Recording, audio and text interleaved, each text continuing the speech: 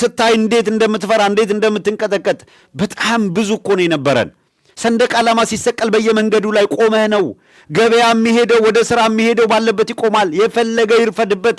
ሰንደቅ ዓላማ እየተሰቀለ የሰንደቅ ዓላማ መዝሙር እየተዘመረ በአካባቢው ላይ ያለ በቅርበት ያለ በሚኒ ሚዲያ በማይክሮፎን በሚሰማበት ርቀት ላይ ያለ በሙሉ ሰምቶ ዝም ብሎ አይሄድም። ባለበት ይቆማል መዝሙሩ እስከምታልቅ ድረስ። አገር ስለሚባለው ነገር ያለንን ሴንስ በሙሉ እያጠፉት ሄዱ። በተለይ ባለፉት 8 ዓመታት ግን የአገር ስሜትን ብቻ አይደለም እኮ የገደሉት፣ ሞራልን ገደሉ፣ ሃይማኖትን ገደሉ፣ የሰብአዊነትን ገደሉ። ጭካኔ ገዢ ሐሳብ እንዲሆን አድርገው አመጡት። ይሄ ሁላ መደላድል የርኩሰትን የጥፋት ርኩሰትን በተቀደሰው ስፍራ ስታዩ ያን ጊዜ አንባቢ ይጠንቀቅ ተብሏል አይደለ? ይሄ ሁላ የምታዩት የናብይ የሰይጣን መንገድ ጥርጊያ እየተሰራለት ነው የሚገኘው። ጥርጊያ እየተሰራለት ነው። ሲያለማምድህ ምን አለ? ይኸውልህ ጎርፍ ሲያጥለቀልቀው በአጭር ጊዜ ውስጥ ድራሹ ሲጠፋ ለምታየው የኮሪደር ልማት በመብራት እንዲያሸበርቅ አድርጎ ሰማይ ቤትም ብትሄድ እኮ ከዚህ የተለየ አይደለም የሚጠብቅህ። ሰማይ ቤትም ስትሄድ ገነት ማለት እኮ ያማረ ስፍራ ነው እያለ ማብራሪያ ይሰጣል። ይሄ ጠፍቶት እንዳይመስልህ ግን የያንግ ጀነሬሽን በስቴት ቴሌቪዥን ነው ሄደን የሚናገረው። የአገር መሪ ነው የሚል ነገር አለ። የሁሉም ንቃተ ህሊና እኩል አይደለም። ስለዚህ ለካ ሰማይ ቤት ስንሄድ የሚጠብቀንም እንደ ምድር ያለ ያማረ ስፍራ ነው። እነ ቅዱስ ጳውሎስ ለመሄድ እንቸኩላለን፣ ወደ አንተ ለመምጣት እንጓጓለን የሚሉት ሲጨርሱም ሩጫዬን ጨርሻለሁ እንግዲህ የድል አክሊል ተዘጋጅቶልኛል የሚሉት ምርጥ መናፈሻ ፓርክ ፍለጋ የሚሄዱ አድርጎት ቁጭ አለ። ይሄ በእያንዳንዱ ሰው ህሊና ውስጥ ሃይማኖት ተውትን እሳቤዎችን መግደል ነው። ከገባ ሼኮችንና ቄሶችን ሰብስቦ ቁጭ በል ምናምን እያለ እነሱ ብድግ ሲሉ የእነሱም አሳፋሪነት ኦፍኮርስ የምንረዳቸው ነገሮች አሉ። ዝቅ ብለው ክርስቶስ የሐዋርያትን እግር እንዳጠበ እና ክብር ሊሆን ይችላል። ነገር ግን ክብር ለሚገባው ክብር ስጡ ይላል መጽሐፍ። ክብር ለሚገባው ክብር ስጡ። ያልተገባ ነገር የወንድሙን ሚስት ሊያገባ ያለውን ይሄ ነውር ነው አታደርግም፣ ሕግ አይፈቅድልህም ብሎ ተገዳደረው። አንገት ያስከፍል ነበር፣ አንገት ከፈለ እንጂ ስታየው ተቅለስለሳይ ዓይንህ እያየ የጥፋትን ርኩሰት ይዞ የመጣ በኢትዮጵያ ውስጥ መርገም ይዞ የመጣ አብይ አህመድ የክፋት መንገድን እየተከተለ እንደሆነ ያወክ ጳጳሳት ሆኖ ጆሮአቸው እየሰማ ቤተ ክርስቲያን እኮ አንድ ቢሆንና ያቸው አንዷ ብትቃጠል ችግር የለውም። ነገር ግን አንዱ ሲቃጠል በርካታ ነው የሚሰራው እንደምታውቁት። ስለዚህ ይሄ መንገድ አያዋጣም እያለ በአደባባይ ሲሰብክ አየህ፣ ቤተ ክርስቲያኗ እንድትጠፋ ያለውን አቋም እየነገረ አንድ ብትሆን ተቃጥላ ብትጠፋ መልካም ነው እያለ ከአንደበቱ እየወጣ አብይን ይጠብቅልን ብሎ የሚጸልይ ጳጳስ የጥፋት ርኩሰት የመጀመሪያው መጋረጃ ገላጭ ነው። እንዲህ ያለውን ባለሻኛ ጳጳስ ብለህ ጠራው አይገባም። ስለዚህ የአብይ ጳጳሳት፣ የአብይ ቄሶች፣ የአብይ ሼኮች የፊት ለፊት ገጽ ይዘው በነውር የሚታወቁ በክፋት የሚታወቁ ለመንጋው ባለመራራት የሚታወቁ ባከማቹት ስም በተከለሉበት ስም አስገብረው ዘላለም መኖር ቢፈልጉ በቅንጡ ቤቶች ውስጥ እየኖሩ የእግዚአብሔር ቤት መቀደሻ ጧፍ አቶ ሻማ አተው ልብሰ ተክህኖ ላያቸው ላይ ነትቦ የ40-50 ሚሊዮን ብር ህንፃ የገነቡ እነሆድ አምላኩ ጳጳስ ከሌ ተብሎ ጉልበቱን እየተሳመ መቀጠል የሚፈልጋለ። ይኸውልህ አጼ ቴዎድሮስ እንደዚህ ያለውን ነገር ለመግታት ነው አንድ ቤተ ክርስቲያን ውስጥ ሊያገለግል ከሚገባው በላይ ተከማችቶ የእግዚአብሔር ቤት ምዕመናን 110 አስራትም በኩራትም እያወጡ ለእግዚአብሔር ቤት ለቅድስናው ስፍራ የሚያበረክቱትን ሆዳም ካድሬ በቅስናና በጵጵስና በዲያቆንነት ስም እየዘረፈ ሀብት የሚያከማችበት እንዲሆን መፍቀድ ልክ አይደለም። ይሄ ማለት ደግሞ በሄስቲ ጀነራላይዜሽን ካህኑ ሁሉ ዲያቆኑ ሁሉ ጳጳሱ ሁሉ እያለን አይደለም። ግን በወል ይለያሉ። እንዴት ካለኝ ከፍሬያቸው ታውቋቸዋላችሁ ይላል መጽሐፍ። ጎበዝ። አቡነ ተክለ ሃይማኖት ታውቃላችሁ፣ ጳጳሱ በእግራቸው እየሄዱ የላመ የጣመ ሳይበሉ ፓትርያርክ የሚል ስም ተሸክመው ፓትርያርክ ተሸክመው ስልህ በዛባቸው እያልኩ አይደለም። ፓትርያርክ ተብለው እያለ ነገር ግን በእግራቸው መሄድን የመረጡ የላመ የጣመ መብላትን። እነዚህ አባዬ ለአንድ አይደለም ለ10 አብያተ ክርስቲያናት ልብሰ ተክህኖ የሚያስገዛ ውድ ልብስ ይንቆጠቆጥበታል ነው የምነግርህ እኮ። ስንት ስብከተ ወንጌል ሊስፋፋበት የሚችል ሀብት የነሱ መኪና የነሱ ልብሰ ተክህኖ የጵጵስና ልብሳቸው መቀያየሪያ ያደርጉታል። ሳልመናቸውን እያበሰሉ ኩክ እያደረጉ ሼፍነት ያስተምሩሃል ወጥተው። ይሄ ነው የዘመናችን እርኩሰት መስፋፋት። ለዚህ ነው አሁንም ይሄ ሀገራዊ ምክክር ኮሚሽን ገለመሌ የምትለው ውስጥ በቁጥር በርካታ የሆነ የተሰገሰገ ካህን ሆኖ ሼክ ሆኖ የገባለ ክፋቱን በሰነድ በኦህዴድ መዝገብ ሊያሰፍር የተዘጋጀ። አዲስ አበባን በተመለከተ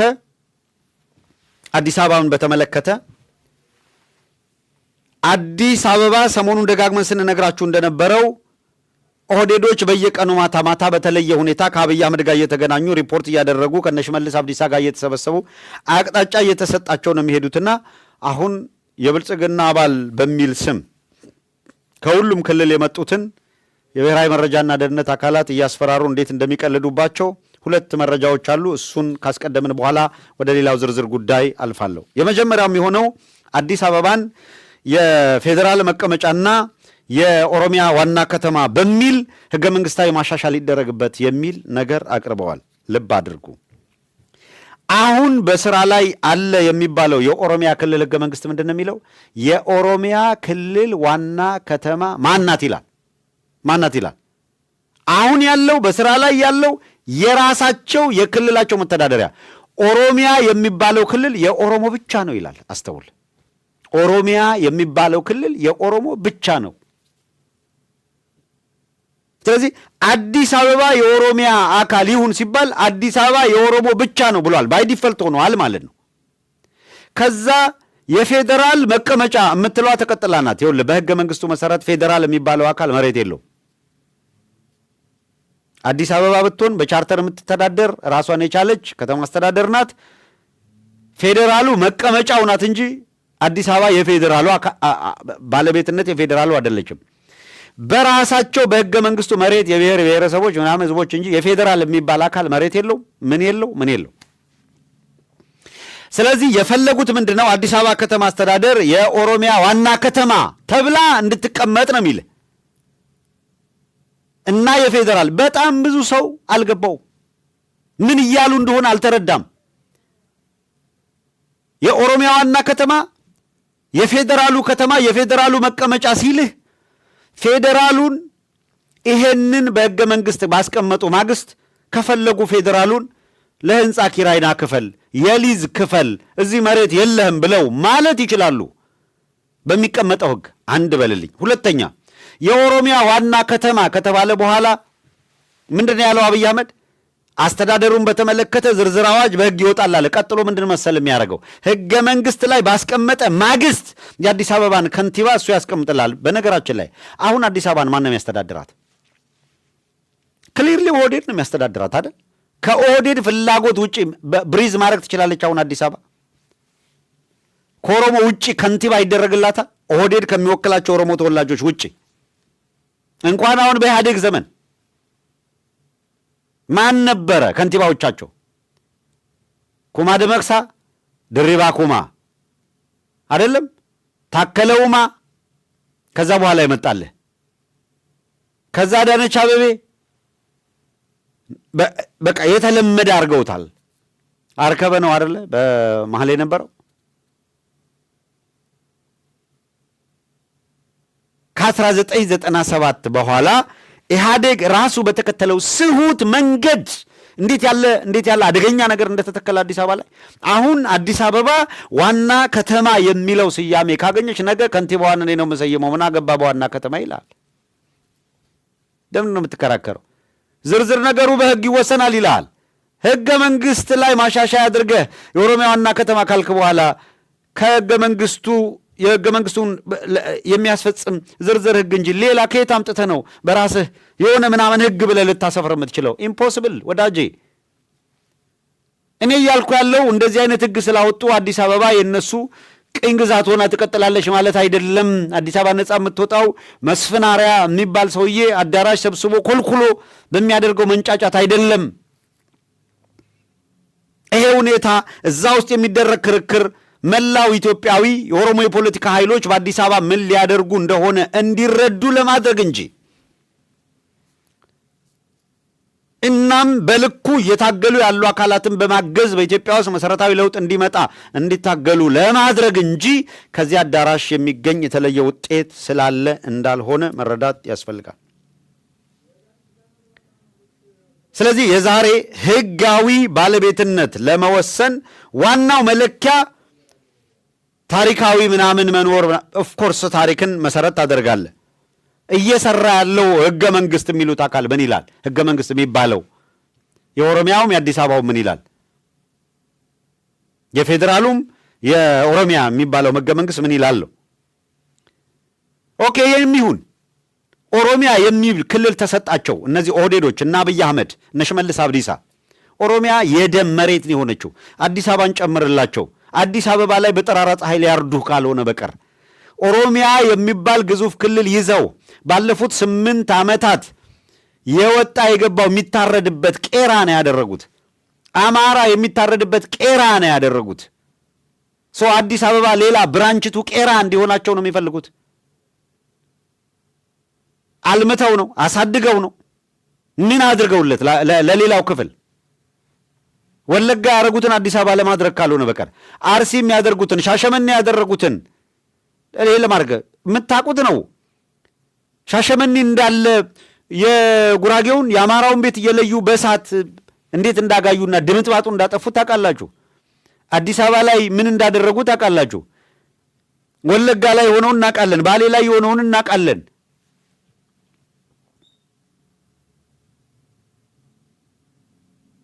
አርሲ እስካሁኑ ሰዓት ድረስ እየተደረገ ያለውን ነገር ታውቃላችሁ።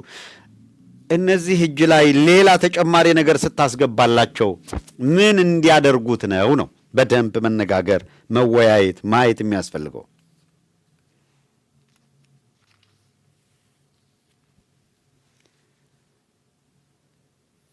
በኦሮሚያ ውስጥ የሚኖሩ ኦሮሞ ያልሆኑ ህዝቦች ብለው ነው የሚጠሯቸው። እነሱ በዚያ የመኖር መብት አላቸው ይላል። አዲስ አበባ ላይ እያሉ ያለውም እንደዛ ነው። የመኖር መብታችሁን እኮ አልከለከላችሁም፣ ውጡ አንላችሁም እኮ ይለዋል። አየው፣ ግን ሰከንደሪ ዜጋ ሊያረግ ነው። ምክንያቱስ የኦሮሚያ የሚባለው ህገ መንግስት ኦሮሚያ የኦሮሞ ናት ይላል። ሰው ልክ አዲስ አበባ የኦሮሚያ ዋና ከተማ የሚል ነገር ጽፎ ሲያመጣ ከዚያ ጊዜ ጀምሮ አዲስ አበባ ላይ ያለ አካል በሙሉ ምንድን ነው ማለት ነው? ኦሮሞ እስካልሆነ ድረስ የኦሮሚያ አካል ስትሆን ባለቤት አይደለም፣ አገር አልባ ውልሃል፣ ሁለተኛ ዜጋ ሆናል። አሁንም ሁለተኛ ዜጋ ነህ፣ ፕራክቲካሊ ሶስተኛ ትሆናለህ። ካልሆነ ደግሞ የእነሱ የራሳቸው ህገ መንግስት በፌዴራል ህገ መንግስት አንቀጽ 49 ንዑስ አንቀጽ 5 አዲስ አበባ የኦሮሚያ ህዝብ ልዩ ጥቅም በፌዴራል መንግስት ይጠበቅለታል ገለመሌ ምናምን የሚል ያመጣልሃል። ልዩ ጥቅም የሚለው ቃሉ ይቀየር ብሏል አብይ አህመድ። ልዩ ጥቅም ይቺ ደግሞ መረጃዋን መጀመሪያን አውጥተን የሰጠናቸው አሁን ወደ አደባባይ አምጥተውታል። መጀመሪያ ገና ወደ አደባባይ ሳይመጣ መስፍን አርአያ በቀደም አዋርደነዋል፣ ውርደቱን ነግረነዋል። ከወር በፊት ለታሪክ ይቀመጥ ብለን የሰራነውን ፕሮግራም አምጥተን አሳይተናቸዋል። ልዩ ጥቅም የምትለዋ ቃል እንድትወጣ አብይ አህመድ ትእዛዝ ሰጥቷል። መስፍን አርአያ ይሄ ትእዛዝ አልደረሰኝም ካልክ እኛ ነግረንሃል፣ አንድ ቀን ትመጣና ይሄ ወጥቷል ትለናለህ ብለን የሰራነው ከወር በፊት አፕሩቭ አደረግነው መተን መረጃዎቻችን አኪዩሬት መሆናቸውን ለማሳየት ሰው። ስለዚህ ከአዲስ አበባ ጋር በተያያዘ እየተደረገ ያለው ነገር ያልተረዳ ካለ እጅግ በጣም አደገኛ ነገር ነው። መፍትሄው ምንድን ያልከኝ እንደሆነ በየአዳራሽ ውስጥ ቡድን 8 ቡድን 4 ቡድን 5 በሚለው አካል ኦህዴድ የፈለገውን ተጫውቶ መስፈናሪያ የፈለገውን አስፈጽሞለት ነው የሚወጣው። እዛ ጋር አትድከም። ይልቅ የት ጋር መሰለ መድከም ያለብህ? ይልቅ የት ጋር መሰለ ጥያቄ ማንሳት ያለብህ? በሁሉም አቅጣጫ እየመጡ ነው። ስለዚህ ሀብት ያለ በሀብትህ፣ ጉልበት ያለ በጉልበትህ፣ እውቀት ያለ በእውቀትህ፣ ሐሳብ በማዋጣት የምትችለውን በማድረግ ይሄ ህዝባዊ ትግል ወደ ውጤት እንዲመጣ በማድረግ ኦህዴድ ለአንዴና ለመጨረሻ ጊዜ እንዲያከትምለት ማድረግ ብቻ ነው ኢትዮጵያን ሊታደጋት የሚችለው፣ ቀጠናውን ሊያረጋጋው የሚችለው የሚለውን ማየት ነው። አቶ ያሬድ ኃይለማርያም ታውቁታላችሁ። ያሬድ ኃይለማርያም የሰብአዊ መብት ተሟጋች ነው። በተለይ ከነባሩ የኢትዮጵያ ሰብአዊ መብት ጉባኤ ኢሰመጉ ጋር በተገናኘ በጉልህ የሚታወቅ ነው። አቶ ያሬድ አሁን ነዋሪነቱ በአውሮፓ ነው። በዚሁ የሰብአዊ መብት ስራ ላይም ከፍተኛ ስራ እየሰራ ነው። ሰሞኑንም ኢትዮጵያውያንን በማስተባበር አንድ እንቅስቃሴ ከእናቶ ልደቱ አያሌው ጋር ሲያደርግ ነበረ። በማህበራዊ ድረገጹ ላይ አንድ ረዘም ያለ ጽሁፍ አስፍሯል። በዚህም ምን ያህል መረጃዎች እንዳሰባሰበ ከዚህ ምክክር ድንግር ኮሚሽን ከሚባለው አጋል ጋር በሚደረግ እንቅስቃሴ 4-5 ሰዎችን እዛው በምክክር ሂደት ውስጥ ያሉና በተለይም በኃላፊነት ላይ የብልጽግና ሰዎች ነው በኃላፊነት ላይ ያሉ ግን ፈርስትሬት ያደረጉ ልክ ወታደሩ በየቦታው እየከዳ እንዳለ ሁሉ የብልጽግና ሹማምንቱ ነው በብልጽግና ተስፋ የቆረጡ አካላት ልክ ወታደሩ በዚያ እንደሚከዳው እነሱ ደግሞ በዚህ መንገድ ከድተው መረጃዎችን እንዴት እንደሰጡት አጋርቷል። በዚህ ውስጥ አቶ ያሬድ ወደ 8 ነጥቦች በመዘርዘር ከአዲስ አበባ አንጻር ምን አይነት ደባ እየተሰራ እንደሆነ አጋልጧል። 1 በዚህ ምክክር ላይ ሁሉም የብልጽግና አባላት ለብቻቸው ተጠርተው በመንግስት ከፍተኛ አመራሮችና በተለይም በደህንነት ሰዎች በተሰጣቸው ጥብቅ ማሳሰቢያ ብልጽግና ከሚፈልገው አጀንዳ ውጪ የመንግስት ገጽታ የሚጎዱ ምንም አይነት አጀንዳዎች እንዳይጸድቁ ከፍተኛ ርብርብ ማድረግ እንዳለባቸው ኦሪንቴሽን እንደተሰጣቸው ነግረዋል። መረጃውን ሊክ አድርገዋል። ከኦሮሚያ ክልል የመጡ የብልጽግና አባላት ደግሞ ለብቻቸው በየቀኑ ከምክክሩ በኋላ በየአጀንዳው ላይ ከደህንነትና ከክልሉ ከፍተኛ ኃላፊዎች ጋር እንደሚወያዩና ትዕዛዝ እየተቀበሉ ሌሎች ተሳታፊዎችን ኦሮሞ ያልሆኑ የብልጽግና አባላትን ጨምሮ በተናጠል እንዲያስፈራሩ፣ በስብሰባዎችም ላይ ቁጣቸውን እንዲገልጹ፣ አጀንዳ እንዲያስቀይሩ ትዕዛዝ ተሰጥቷል። የብልጽግና ሹማምንት ያወጡትን መረጃ ነው አቶ ያሬድ ይፋ ያደረገውን ነው።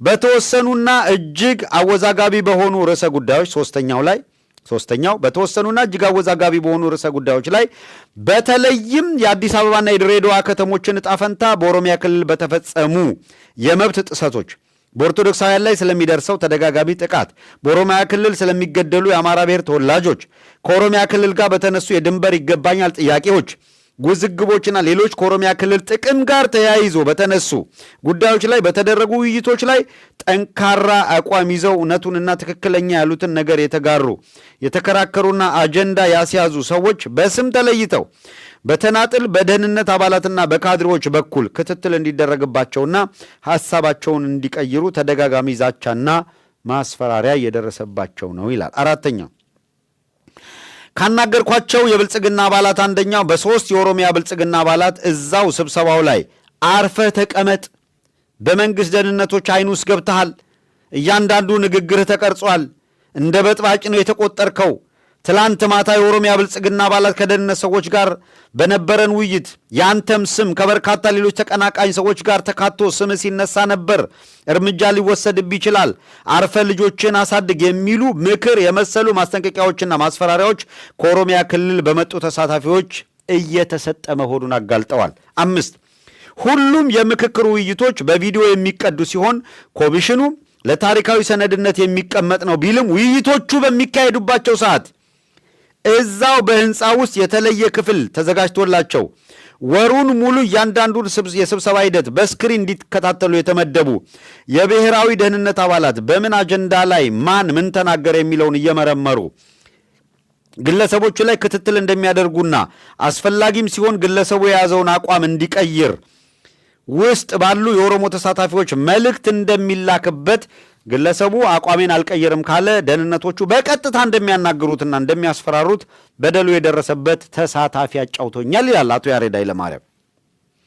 እጅግ አሳፋሪ። እዚህ የመጀመሪያው ላይ ተመልከቱ። መስፍን አርአያ የሚሰራውን ይሄ ወንበዴ ይሄ ነውረኛ ሰው የሚሰራውን ተመልከቱ።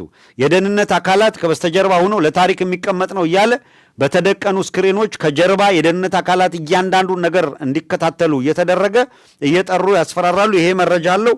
ይሄ ነውረኛ እንደዚህ አይነት ጨዋታ እየተጫወተ ነው። 6 ልቀጥል።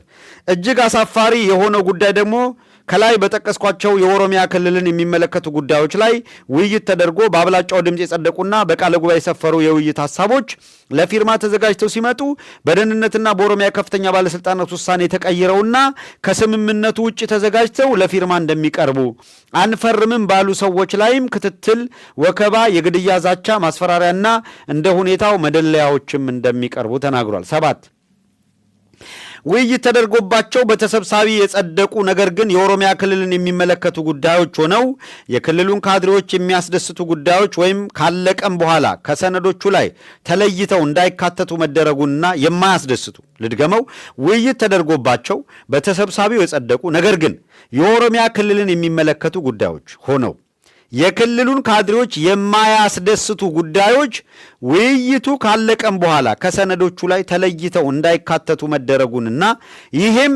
ይህንንም የተቃወሙ ግለሰቦች ላይ ተደጋጋሚ ዛቻና ማስፈራሪያ የተሰነዘረ መሆኑን መረጃዎች ወጥተዋል።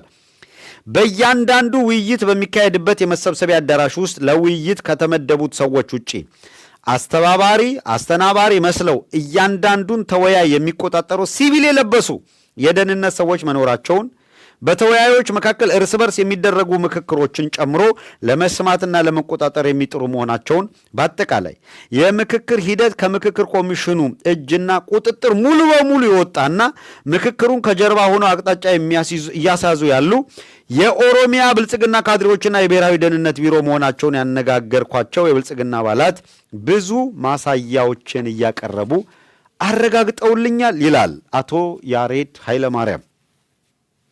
ስለዚህ መስፍን አርአያ ወስላታ ካድሬ ነው ስንላችሁ እንዲህ ባለ ማረጋገጫ ነው። ገና በየቀኑ እያንዳንዱ እንቅስቃሴው የተጋለጠ መሄዱ አይቀርም። እኛም የነገርናችሁ ተጨባጭ እውነት መሆኑን ምስክር እየቆጠረን ማለፍ ብቻ ነው።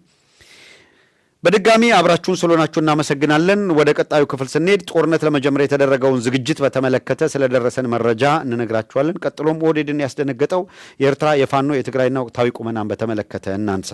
1 ጦርነት ለመጀመር ዝግጅት እየተደረገ እንደሆነ ታውቃላችሁ። የአብይ አህመድ አገዛዝ የጦርነት ዝግጅት ማድረግ ብቻ ሳይሆን እንደምታውቁት ጦርነት ይጀመራል አይደለም። በነገራችን ላይ በደንብ ሼፕ መደረግ ያለበት ነገር ጦርነት በተለየ ሁኔታ ይቀጥላለው እንጂ ይጀምራል ለማለት ባለፉት 3 ዓመታት ያልተቋረጠ ጦርነት የህልውና ትግል አማራ ክልል ላይ የተደረገ ነው። ተመልከቱ። የአብይ ካድሬዎች እና ፍርሃት እያንቀጠቀጣቸው እያስጨነቃቸው ያሉ አካላት የሚንዘባዘቡት እንደምታውቁት እዚህ ዲሲ የሚርመጠመጠው ቡቺን ጨምሮ አብይ አህመድን አትችሉትም፣ ድሮን አለው፣ መድፍ አለው፣ ታንክ አለው፣ አየር ኃይል አለው ወዘተረፈ ዘመናዊ መሳሪያ ቴክኖሎጂ ምናምን ካሉ 3 ዓመት አለፋቸው። አማራ ክልል ላይ እየዳሸቁ እየተማረኩ ነው። እንደምታውቁት እየዳሸቁ እነዚህ አካላት እነ ቡቺ የማይሉት የማያደርጉት የለም። ኦህዴዶች የጨነቀለት ዳኛው አለ የጨነቀለት ይላል። ባጫ ወጥቶ ተንበጫበጨ። ሱሊማን ደደፎ ከህሊናው ይልቅ ጺሙ ያደገበት ሰውዬ ወጥቶ ተንቦጫረቀ፣ ለመዛት ሞከረ። ሰው ነው ሱሊማን ደደፎ ማለት ነው።